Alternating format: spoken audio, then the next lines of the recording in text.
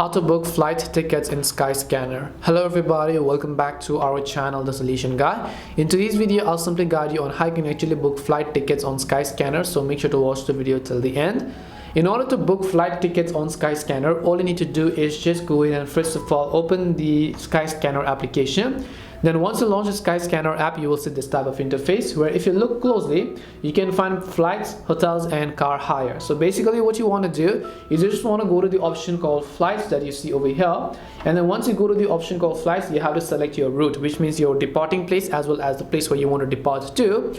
Once you select either of those locations and destinations, you have to select it as a specific time range as to when you want the flight to be available. And if you look, you can also select the number of members that you want to use for the flight. So in my case, it's only a one-seater member. Now, the important thing comes about what kind of flight you want to book. So whether you want to book economy class or whether you want to book premium economy or whether you want to book business or whether you want to book the first class, depending upon whatever type of flight you want, let me just choose first just for this video. And I'm just going to click on the done button over here.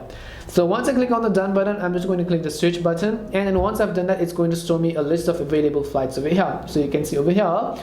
Then I'm just going to select a specific flight, and then once I select this, now if in case it doesn't find the flight, then it will say no flights found for this route, right? So basically what you might as well want to do is you can just try to change the class of this. So if it's not available in first class, you can fly economy, then click on done, search for a list of available flights over here, select a specific flight and a date. You'll be able to see the providers, choose a provider over here, click on continue, and then just select a specific provider. You have British Airways, you have trip.com.